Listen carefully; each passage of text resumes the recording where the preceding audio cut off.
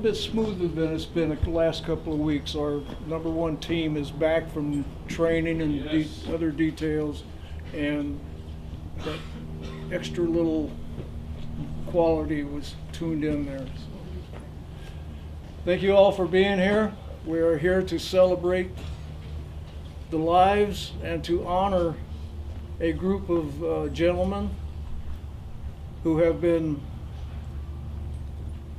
left unattended at the coroner's office or in the county of Los Angeles, and families either couldn't or wouldn't take possession of them for burial, or there was no family found for them. One lady is coming out to be buried with her husband, who has already been buried in November of 2014. There was family with that. I don't know for sure, but I think the two deaths this close together tapped the family out. So it's she will be buried with her husband in 52B, plot 2332, I think it is. So we will pay her honors as well. Now, we don't know what has happened to these people during their lives. Sometimes it might be interesting to find out what happened. Oftentimes I would sit and look at files and look at a birth certificate of someone and see John and Mary Doe gave birth to a bouncing baby boy, Larry Doe, and I'm sure they had great thoughts for this bouncing baby to become president of the United States.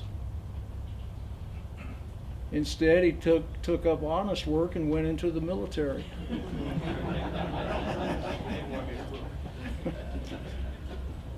So we're not sure what has happened during their life, and we're not going to judge or condemn or approve or whatever.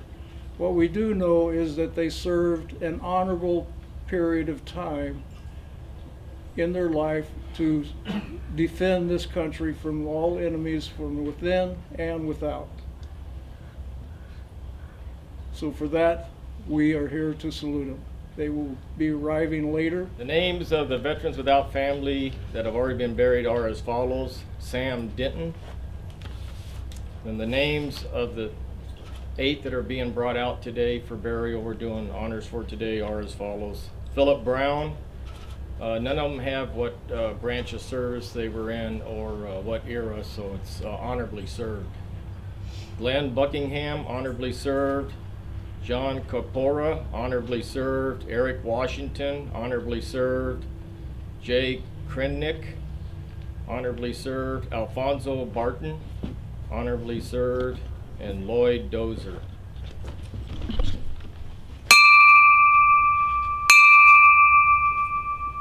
Morning, folks. Good morning. Honored to be here. I always like looking out at all these great faces. We're not an accident. The Lord said, "I am your creator. You were in my care even before you were born." It's Isaiah. You saw me before I was born and scheduled each day of my life before I began to breathe.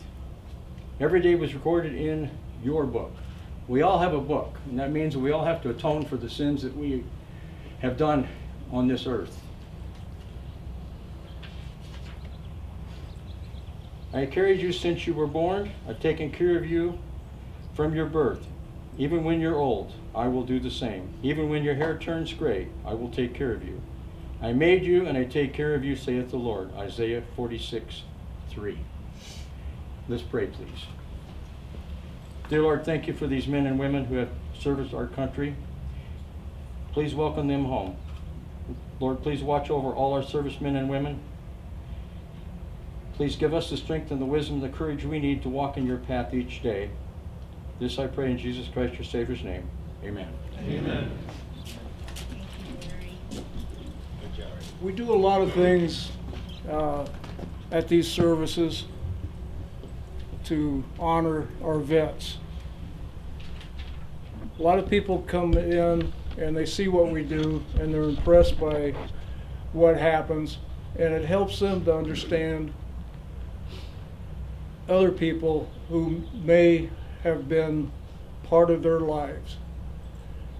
We have one of our members today who had a cousin that maybe didn't quite fit into the round hole. But by being here with us, he understands why now that he may have been not quite the cousin that he had known once before. And he is here and would like to salute that cousin with his information. I'm honoring today my cousin Marvin Newton Taylor. He was a Vietnam vet. He served for 15 years. He passed away June 7th last week. And because of this group, I was able to understand why he became so detached from his family because of PTSD. Because of this group, I've grown to have a better understanding of what goes on after you come home from war. You know, you're never the same. You're never the same. You can't erase what's happened, what you've seen, the friends you've lost. But here, you know what, God honored me by bringing me to this group. I always think of, I was thinking in my head about Proverbs 3:5 and 6. It says, trust in the Lord with all your heart and lean not to your own understanding. In all your ways acknowledge him and he shall direct your path. Well, he directed my path here and to all of you. And I'm honored to be among this group. Thank you very much. Before I lose it, but thank you for honoring me with this. Thank you. Thank you.